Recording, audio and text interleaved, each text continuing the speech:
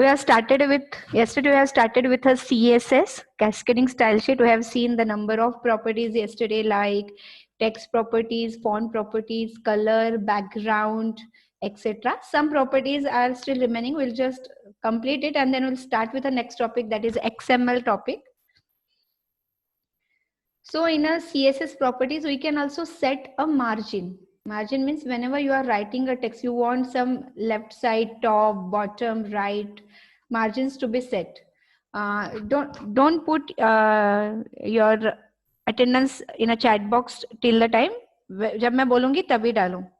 Okay, then it's a margin top, margin right, margin bottom, and margin left. So these are the 4 different margins that you can set.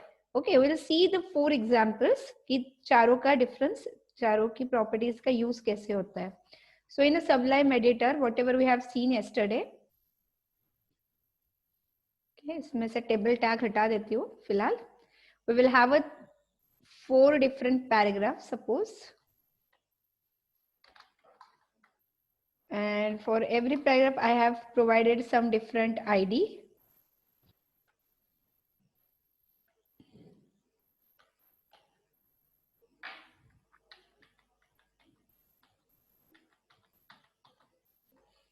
Okay, we require table tag. वो रखती हूँ मैं भी. Yeah. And I will just add one more paragraph here.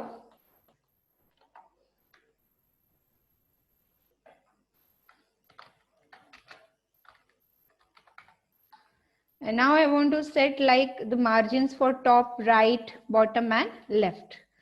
तो suppose हम लोगों ने क्या किया, चारों के चारों पैराग्राफ के लिए यहाँ पे so p tag यूज कर लिया मैंने. And here I will use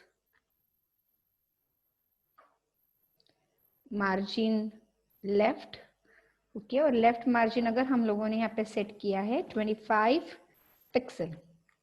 okay, इसको भी हम रन करते हैं. This code will just run. The name of code is CSS1. Okay, so before setting the margin, I will show you the output. Okay, अभी हम लोगों ने कुछ भी suppose margin set नहीं किया है, तो by default the text of this 4 you will find out it is starting from the left. Okay, by default.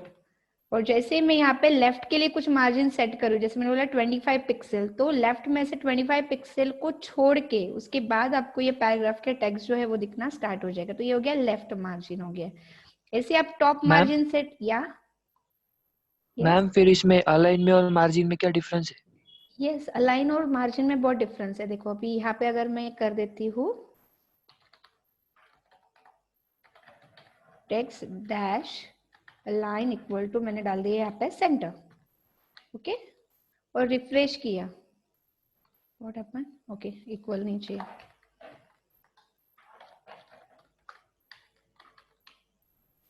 सो ये सेंटर में आ गया. ओके, अगर मैं इसको करती हूँ right, sorry left, suppose by default left, so exactly left से अगर आप देखोगे टेबल और टेक्स्ट सब एक ही इतना ही स्पेस बाय डिफॉल्ट सब एक जगह से स्टार्ट हो रहा है. अब मुझे लग रहा है कि ये जो टेक्स्ट है, ये चारों पैराग्राफ जो है, ये यहाँ से स्टार्ट होना चाहिए. सपोज जहाँ पे आई लिखा है या फिर फर्स्ट कॉलम का एंड जहाँ पे हो रहा है, तो इतने पॉइंट के बाद वो स्टार्ट होने चाहिए. सो इसमें टेक्स्ट लाइन जो होता है इसमें सिर्फ लेफ्ट, राइट या फिर सेंटर, ओनली 3 अलाइनमेंट होते हैं. लेकिन मुझे लेफ्ट से कुछ स्पेस छोड़ के और फिर वो टेक्स्ट दिखना चाहिए. ओके, तो चाहिए तो हम लोग सब टेक्स्ट को मैं अलग अलग करके दिखाती हूँ. #A1 के लिए सपोज यहाँ पे मैंने डाल दिया मार्जिन लेफ्ट और यहाँ पे डाल दिया 25 pixel. Okay, same likewise if I put for #A2, मतलब सेकेंड वाले पैराग्राफ के लिए यहाँ पे मैंने सेट कर दिया 40. ओके, बाकी दोनों के लिए हमने कुछ सेट नहीं किया है. So now you can understand कि यहाँ पे मैंने मार्जिन सेट नहीं किया तो ये लेफ्ट पे ही है, इसको 25 पिक्सल है तो इतना स्पेस आ गया, इसको 40 पिक्सल है तो इससे थोड़ा सा आगे चला गया। तो आपको कितना चाहिए? काफी बार जब बड़े बड़े रिपोर्ट्स बनाए जाते हैं तो उसमें मार्जिन सेट करके रखना पड़ता है कि जो हेडिंग है, हेडिंग लेफ्ट से कुछ 20 पिक्सल पे स्टार्ट होना चाहिए, उसका सब हेडिंग जो है उससे और थोड़ा सा आगे स्टार्ट होना चाहिए, उसके अंदर का जो टेक्स्ट है और थोड़ा सा स्पेस छोड़ के ऐड होना चाहिए। So you want such kind of spacing here, so that time you can set a margin. Again you can set a top margin also, कि जैसे यहाँ पे हमने डाल दिया margin from top, और यहाँ पे सपोज मैंने डाल दिया यहाँ पे 100 पिक्सल, और जैसे रिफ्रेश करूंगी what happen,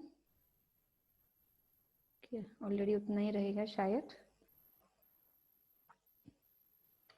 देखते हैं 10 पिक्सल करके, या so by default it is 100 pixel, इसके लिए कुछ चेंज नहीं हुआ। जैसे मैंने 100 को 10 पिक्सल किया तो थोड़ा ऊपर चला गया, आपको लग रहा है कि और थोड़ा नीचे आना चाहिए, so you can set like some more pixel value, तो उतना नीचे वो आते जाता है। सो ऊपर से कितना स्पेसिंग छोड़ना है, लेफ्ट से कितना छोड़ना है, आपको राइट साइड से कितना छोड़ना है, बॉटम से कितना छोड़ना है। सो 4 values you can give for the margins. Same likewise after margin you can use a padding. Padding means it is a text के, कोई अगर दो टेक्स्ट है तो दो टेक्स्ट के बीच में कितना डिस्टेंस होना चाहिए, मतलब उस टेक्स्ट के ऊपर और उस टेक्स्ट के नीचे कितना डिस्टेंस होना चाहिए, तो उसको हम बोलते हैं। Same property we have seen in a table also, कि टेबल में हमने देखा था सेल पैडिंग करके, जैसे सेल स्पेसिंग था वैसे सेल पैडिंग देखा था। तो इसमें भी पैडिंग में again from top, from right, from bottom and from left. So how many space you want for padding. तो अभी सपोज हम लोग क्या करते हैं, टॉप या फिर टॉप वाला करके देखते हैं। इसमें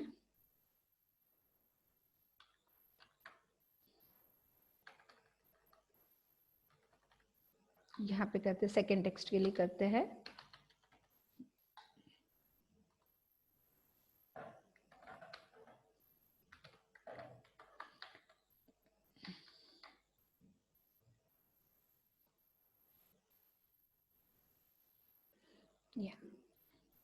सो यू कैन सी कि सेकेंड टेक्स्ट और फर्स्ट टेक्स्ट के बीच में जो एक स्पेसिंग ऐड हो गया, ये ऑलमोस्ट कितना ऐड हो गया है, जितनी वैल्यू हम लोगों ने यहाँ पे क्या प्रोवाइड किया हुआ है सेकेंड टेक्स्ट के लिए, कि इसके ऊपर जो भी टेक्स्ट होगा ये वाले पैराग्राफ के ऊपर, वो टेक्स्ट और इस टेक्स्ट के बीच में कितना डिफरेंस होना चाहिए, 50 पिक्सल का डिफरेंस होना चाहिए। अगर आपको कम चाहिए you can set to 5 pixel.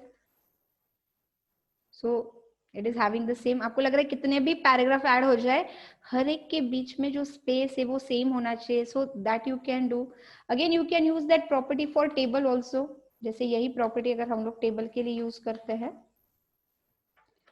Table के बजाय हम टीआर टैग, मतलब हर रो के लिए अगर हम लोग सेट करते हैं, सो हर रो के लिए हमने डाल दिया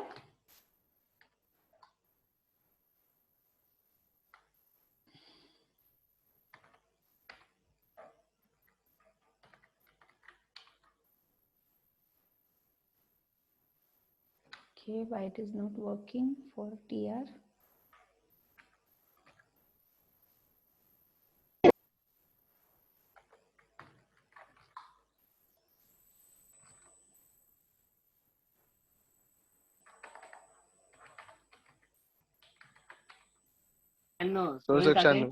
क्या,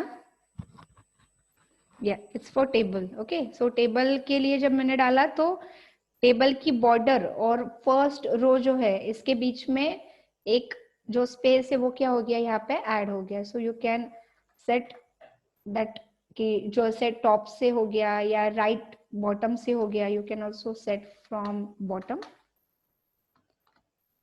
तो ये जब बहुत बड़ी वेबसाइट या फिर बहुत ज्यादा टेक्स्ट है अगर आपके इसमें, सो that time you can give this. Suppose यहाँ पे भी हमने बॉटम से भी कुछ वैल्यूज जो है वो सेट कर दी टेबल के लिए, तो आप देखोगे तो या मैम हम इमेजेस के लिए भी पैडिंग मार्जिन यूज कर सकते हैं क्या? Yes yes you can. अगर आपने उसको बॉर्डर सेट किया है then you can use that, या फिर नहीं भी किया है तो उसके ऊपर का जो टेक्स्ट रहेगा तो वो टेक्स्ट और इमेज के बीच में उतना स्पेस क्या हो जाएगा, ऐड हो जाएगा। सो you can set that. Okay, so these are the different margins you can set. Then you have different table properties. तो table properties के लिए same border, color, background image, table का width हो गया, ये सब properties जो already हमने पहले देखे that you can use. Apart from that, these are the two really good properties that you can use, जो हम करके देखते हैं. First is a TR tag के लिए use होता है, and it is an hover. Run करके दिखाती हूँ, exactly समझ में आएगा what I want to tell.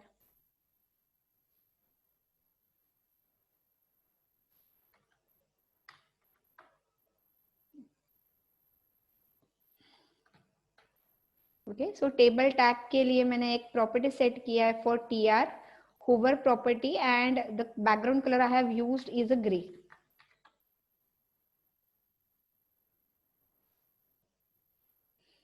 Okay, अब यहाँ पे ग्रे कलर दिख नहीं रहा है, लेकिन जैसे मैं जिस रो के ऊपर जाऊंगी, the cursor as it moves on that row, it automatically gives that background colour. तो होवर मतलब सिर्फ माउस उसके ऊपर जब जाएगा, उसके ओवर जब जाएगा, सिर्फ तब तक ही वो कलर, यानी कौन से रो के ऊपर फोकस करना है. जब आप कुछ प्रेजेंटेशन दे रहे हो, that time you want to give the focus on a particular row, so that time you can use that property. You can use any of the colour. जैसे अगर आपको लग रहा है कि इसको हाईलाइट करने के लिए हमको कुछ different color we have to use, so that time you can use that color. So this is again a good property of CSS. And second is again we will use that property.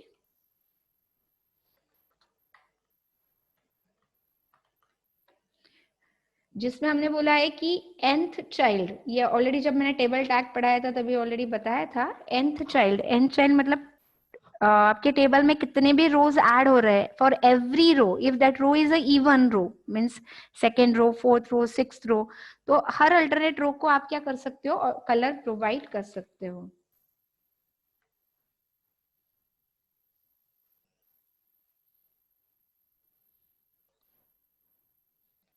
So the alternate row will have that particular colour. इसमें अगर आपने और एक नई रो add की, 2 या 3, तो भी ऑटोमेटिकली क्या हो जाएगी, ये कलर उसको प्रोवाइड हो जाएंगे. ओके, जैसे अगर हम लोगों ने same row and just add 4 to 5 times,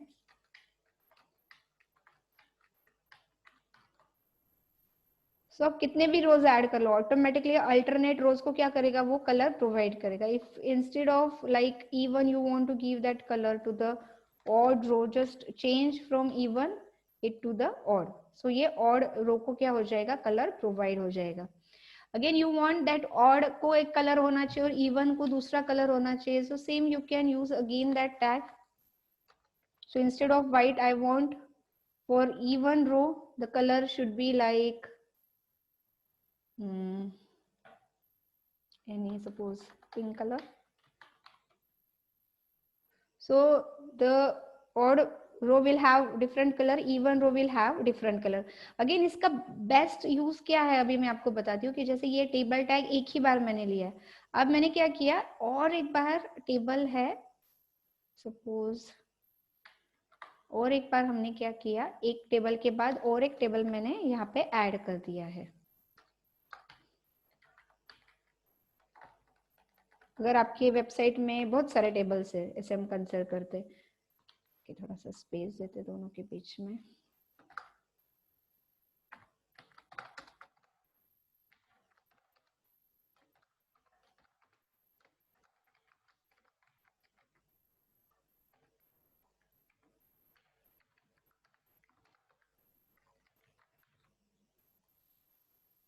so this is the first table, this is the another table. तो जो प्रॉपर्टीज मैंने इस टेबल के लिए सेट की, automatically border and colour, all properties will also be set to this new table. तो एक ही बार मैंने ऊपर CSS में कोड लिखा है, ये एक ही बार, सपोज ये निकाल देते हो अभी फिलहाल, एक ही बार कोड लिखा, बट TR टैग उसको कितने भी टेबल ऐड कर लो आप, 10-15 टेबल, उसमें जहां पे भी TR टैग दिखेगा या कोई भी टैग, तो ऑटोमेटिकली क्या करेगा, ये वाले प्रॉपर्टीज वो उसको अप्लाई करेगा. So this is the beauty of CSS. If that particular tag is coming multiple times in your HTML, it automatically apply that property to each and every tag. So एक ही code में आप बहुत सारी चीजों को क्या कर सकते हो, कलर या चीजें प्रोवाइड कर सकते हो. I hope You understood the CSS very well. हमने बहुत डिटेल में देखा है. You have a very small code in your actually unit 1. We have taken it in a very detailed manner ताकि आप जब practical 1 second करोगे, second practical में आपको खुद का एक वेबसाइट बनाना है. Any website you have to just select and you have to build a beautiful website using HTML, almost all tags, and by using the CSS you have to use inside. Either you can use inline, internal or external, but try to make your website very beautiful. तो आप उसको use कर सकते हो. So I hope is there any question on CSS? इसको refresh किया तो now there is no style is there to the HTML क्योंकि CSS का कोड निकल गया है. अब मैंने यहाँ पे कोई कोड है, suppose इसको निकाल देती हूँ मैं. एक मैंने CSS की .css एक्सटेंशन वाली फाइल जो है, यू रिक्वायर दैट फाइल.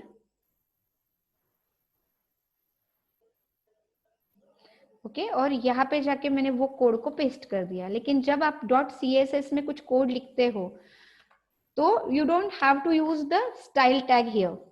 सिर्फ आपका जो इनसाइड का कोड है वो आपको यहाँ पे प्रोवाइड करना है. वो हमने सपोज यहाँ पे डाल दिया, इसको सेव किया मैंने. अब ये फाइल का जो लिंकेज है मुझे प्रोवाइड करना है HTML के फाइल में .css का कोड. सो वो लिखा जाता है हेड टैग के अंदर. सो यहाँ पे जाके there is an link tag you have to use. जहां link I think so no sorry yeah it's a link tag and it is a singular tag. link tag के बाद आपको लिखना है relation मतलब आप जिस भी फाइल को लिंक कर रहे हो HTML के साथ वो फाइल कौन सी. तो हमने बता दिया that file is for providing the style, so it is an style sheet file. the type of that file, क्योंकि style sheet सिर्फ CSS नहीं, there is an XSLT, DTD, बहुत सारे स्टाइल शीट के टाइप्स अवेलेबल है. तो हमने बताया कि हम स्टाइल शीट का CSS वाला file we are going to link here and reference में आपको ये फाइल जो है जहाँ पे आपका कोड है उसका रेफरेंस देना है. सो यहाँ पे हमने डाल दिया a1.css.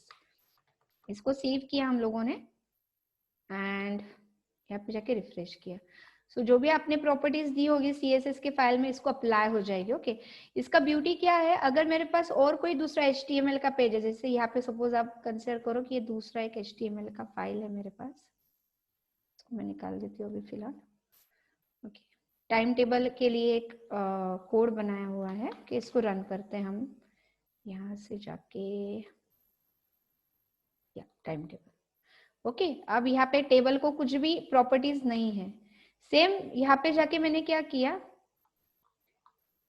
ये जो CSS की फाइल है वो जैसे इसमें मैंने लिंक की थी, यहाँ पे जाके दूसरी कोई भी एक HTML फाइल के साथ मैंने लिंक कर दी. तो अब क्या होगा, यहाँ पे जो भी प्रॉपर्टीज थी ये ऑटोमेटिकली वापस इस HTML फाइल को भी क्या हो जाएगी, वो यूज हो जाएगी. जैसे मैंने रिफ्रेश किया, so that property is also applicable for new HTML file. तो एक्सटर्नल CSS का यूज किया, you write down that code once and you can use that code multiple times in a multiple HTML. So external CSS का ये बहुत अच्छा use होता है. So when you want to reuse that code you can go with external CSS. Understood? Yes, ma'am. Okay. So now I'll start with our next topic.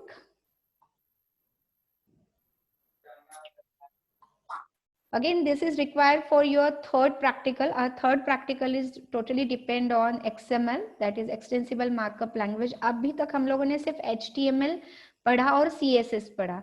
In this particular subject, we are going to study very different flavors of like web technology language, जिसमें हमने सिर्फ HTML और CSS को पढ़ा है. Now you will going to study the XML, PHP, JavaScript, then your like JSP, servlets, EJB, AngularJS, Node.js, different web services. So बहुत scattered है, इसमें बहुत अलग अलग लैंग्वेजेस हम लोग सीखने वाले हैं. But HTML is a very basic because for every website that you are designing, you require an HTML to design that. और बैकएंड में फिर आप कुछ भी यूज कर सकते हो, PHP, JSP, Angular JS likewise. इसके लिए हमने HTML को बहुत आराम से बहुत अच्छे से देखा, ताकि आपको हर एक टैग बहुत अच्छे से समझ में आना चाहिए, उसको कैसे यूज करना है। So now next topic is our XML, that is extensible markup language. X stand for extensible. So इसमें X जो है इसको उन्होंने कंसिडर किया है शॉर्ट फॉर्म बनाने के लिए, then markup, and third is a language. Okay, so now why markup? If you see HTML का भी लॉन्ग फॉर्म क्या है? Hyper text markup language. XML का भी लॉन्ग फॉर्म है extensible markup language. So what is the meaning of that markup keyword? Can anybody tell me क्या meaning होता है उसका?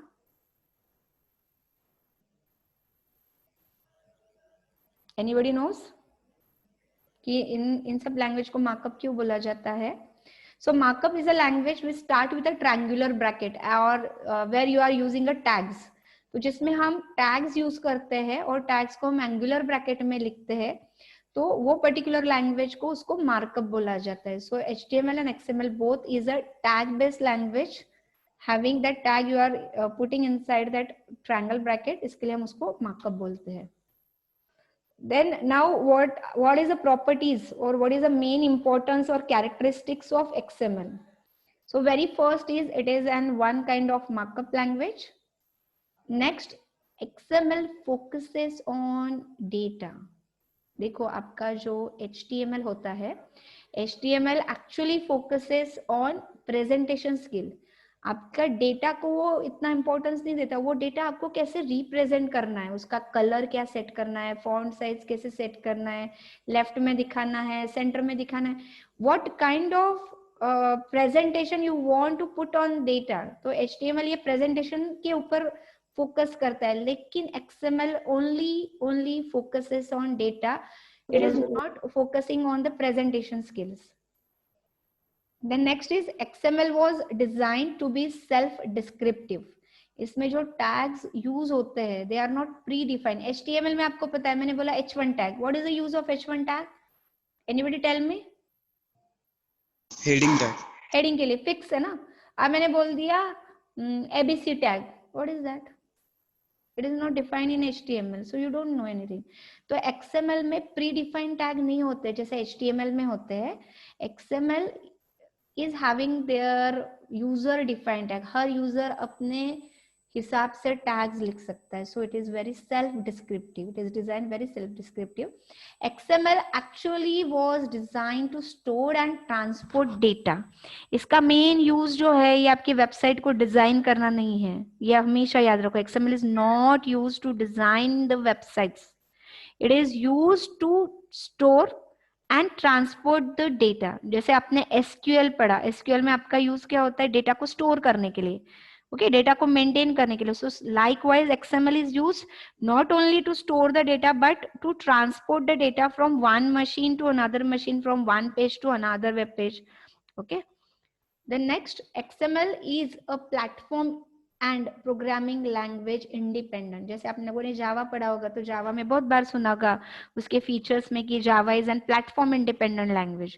सो platform independent means what? Can anybody like tell me what is the meaning of platform independent? We can run the program on any platform.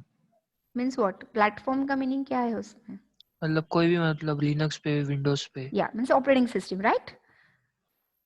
तो Yes. जावा जो है, या आप कोई भी टाइप के ऑपरेटिंग सिस्टम पे रन कर सकते हो. इट कैन बी एंड्रॉइड और iOS, मैकिंटोश और विंडोज का कोई भी वर्जन ले लो, या फिर लिनक्स लो, उबंटू लो. लेकिन ऐसे काफी सारे लैंग्वेजेस होते हैं जो प्लेटफॉर्म इंडिपेंडेंट नहीं होते, जो खाली कुछ ऑपरेटिंग सिस्टम उसको सपोर्ट करते, कुछ नहीं करते. तो वैसे ही XML is a platform independent. कोई भी टाइप का ऑपरेटिंग सिस्टम आपका रहने दो, उस पे वो क्या करता है? वर्क करता है. Plus it is an programming language independent also, क्योंकि वेब टेक्नोलॉजी में मैंने बोला बहुत सारे programming language are you can use like HTML, JavaScript, PHP, JSP, servlets, Angular JS, Node.js, n number of languages are there. तो कोई भी type का लैंग्वेज रहने दो, अगर दो मशीन के बीच में आपको दो डेटा ट्रांसफर करना है, दो वेबसाइट के बीच में, एक वेबसाइट का जो कोड है वो किसी लैंग्वेज में लिखा है, दूसरे वेबसाइट का कोड किसी और लैंग्वेज में लिखा है, still you are able to transport the data between these two machines as well as between these two languages. And last one is XML is a W3 school, W3C recommendation. What is meaning of W3C?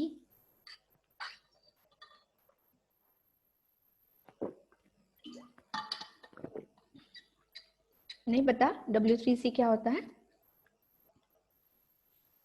W3 school, देखो मैं काफी बार हम कुछ search करते हैं, जैसे example हम लोगों ने क्या किया,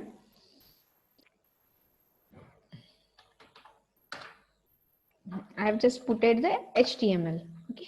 So सबसे पहला चीज जो आता है आपको उसके ट्यूटोरियल के, it is an W3 school, it is called as a W3S also.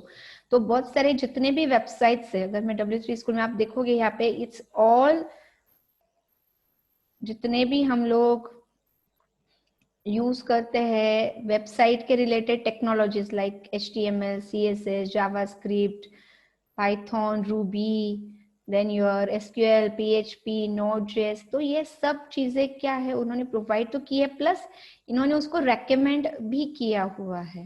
Okay, so XML is an world wide recommendation, so it is called as it is an world wide recommendation to you can use that language XML for transporting and for storing a data. Then why we need a XML? Suppose you have a number of machines. So here I have taken like there are 4 machines. Okay, 4 अलग-अलग machine है अलग-अलग locations पे, and everyone is running a different operating system. जैसे किसी पे Windows चल रहा है, किसी पे Linux, किसी पे Ubuntu, किसी पे Macintosh operating system चल रहा है. So it means that all these machines are having a different operating system and a different data format.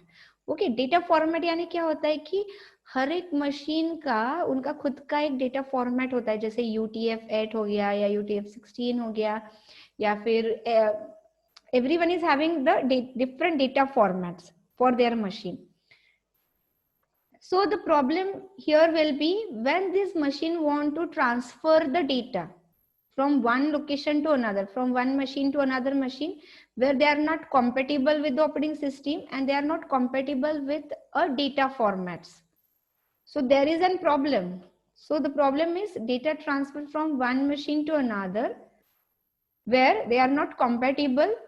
Then that time they need to be convert in compatible formats. आप data directly transfer नहीं कर सकते हो. आपका data जो है यहाँ पे ये मशीन से जैसे बाहर निकलेगा और ये मशीन के पास जाएगा, इसके बीच में ये डेटा ट्रांसफर करने के लिए आपको उसको कन्वर्ट करना पड़ेगा ऐसे फॉर्मेट में जो डेटा फॉर्मेट ये मशीन अंडरस्टैंड कर सकता है, समझ सकता है. Okay, so that is the biggest problem when you want to transport a data when you are working in a client server architecture. You don't know client के पास कौन सा टाइप का मशीन है, कौन सा टाइप का data format it is using, but still server want to send a data. So that problem is the biggest problem, and the solution for this problem is a XML.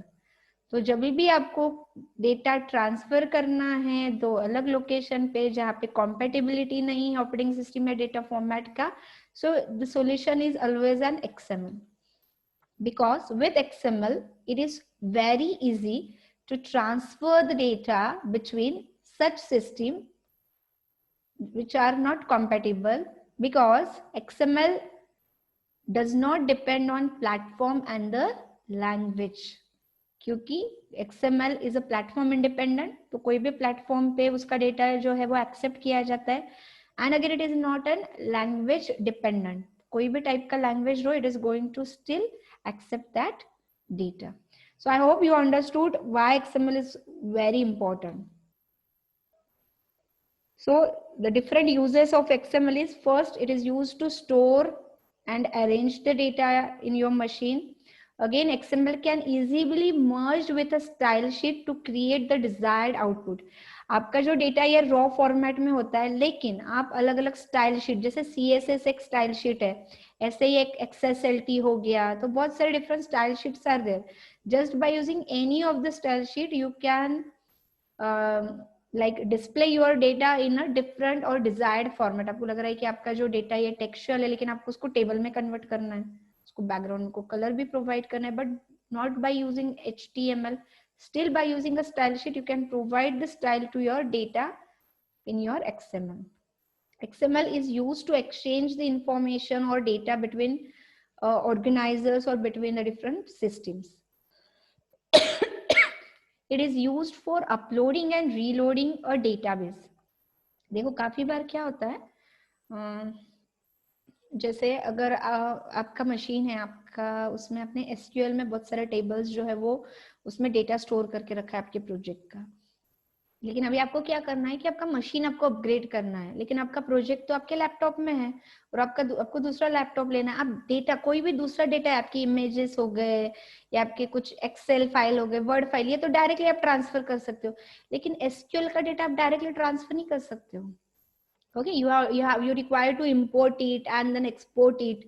उसको export करना पड़ता है, दूसरे machine में import करना पड़ता है, तो दूसरे मशीन का SQL वर्जन सेम होगा, वी डोंट नो एनीथिंग। तो जब हम ये इंपोर्टिंग एक्सपोर्टिंग करते हैं तो डेटाबेस को जब आपको रीलोड या अपलोड करना है तो वो टाइम पे आप पूरा के पूरा डेटाबेस का डेटा कौन से फॉर्मेट में कन्वर्ट कर सकते हो, XML के फॉर्मेट में भी क्या कर सकते हो, कन्वर्ट कर सकते हो। Again XML used to simplify the creation of a HTML document, as well as XML can express any type of XML document. XML खुद किसी दूसरे XML document को भी express करने के लिए use होता है. So these are the different uses of XML. Now very first XML का कोड स्टार्ट करने के पहले I will want to show you exactly what is the difference between XML and HTML. तो काफी बार ये एक्सटर्नल ओरल में, क्योंकि दो प्रैक्टिकल आपको अलग, एक HTML एक XML, so most of the time they ask the question what is the difference between XML and HTML, या फिर आपके थ्योरी पेपर में भी 4 मार्क्स के लिए ये क्वेश्चन या 5 मार्क्स के लिए क्वेश्चन पूछा जाता है। So very first is that similarity, अगर मैं बोलूं दोनों की सिमिलैरिटी क्या है, दोनों भी मार्कअप लैंग्वेज है, दोनों में भी टैग्स यूज किया जाता है, बट द डिफरेंसेस आर, जैसे ये स्टार्ट करने के पहले जैसे मैं आपको एक एग्जांपल बताती हूँ, कोड। यहाँ पे जैसे हमने टेबल का अगर ये कोड लिखा है, ओके, यहाँ पे अगर मैंने टेबल टैग कैपिटल T में डाल दिया, ओके, और नीचे मेरा क्लोज करते वक्त जो टैग है ये स्मॉल t में रहा, तो भी वो एरर नहीं देगा, ये आपका कोड क्या करेगा, रन करेगा, because HTML is not case sensitive. Okay, यहाँ पे TD के बजाय मैंने स्मॉल TD के बजाय कैपिटल TD भी ले लिया, still it is not going to give me the error because it is not case sensitive. But in a XML the tags are case sensitive, so XML is very case sensitive, HTML is not a case sensitive. Second difference, HTML has its own predefined tag, हमको पता है H1 tag का use किया, हमको पता है P tag का use किया, हमको पता है टेबल टैग का यूज किया है, BR टैग, HR टैग, हर टैग का यूज क्या है, उसका मीनिंग क्या है, ये प्री डिफाइन है, पहले से ही पता है। Okay, but in a XML you have to use a user defined tag, कोई भी टैग पहले से डिफाइन नहीं है, XML प्रोलॉग छोड़ के सब टैग्स जो है यूजर अपने मन से डिफाइन कर सकता है। Here HTML actually used to display the data in a stylish format. Here it is actually used to store and transfer the data. HTML में हर टैग को क्लोज करना मैंडेटरी नहीं, जैसे आप लोग BR tag, it is a singular tag, HR tag, it is a singular tag, so image is again a singular tag, ये सब tags को हमको एंड करना जरूरी नहीं है। So for some tag it is not mandatory to close it, but in XML every tag that you are starting you have to end it. अगर आप कोई भी टैग को अगर आप सिंगुलर लिखते हो, एंड नहीं करते, it is going to provide you error. Again HTML is a static in a nature, while XML is a dynamic in a nature. HTML does not preserve white spaces where XML actually preserves the white spaces. इसका meaning क्या है, देखो अगर यहाँ पे HTML suppose ये XML है, okay, XML में मैंने यहाँ पे डाल दिया रोल नंबर, या फिर इसके बीच में सपोज एक हमने टेक्स्ट लिखा, okay, this is a table example, okay, simple। अगर इसको हम रन करते हैं,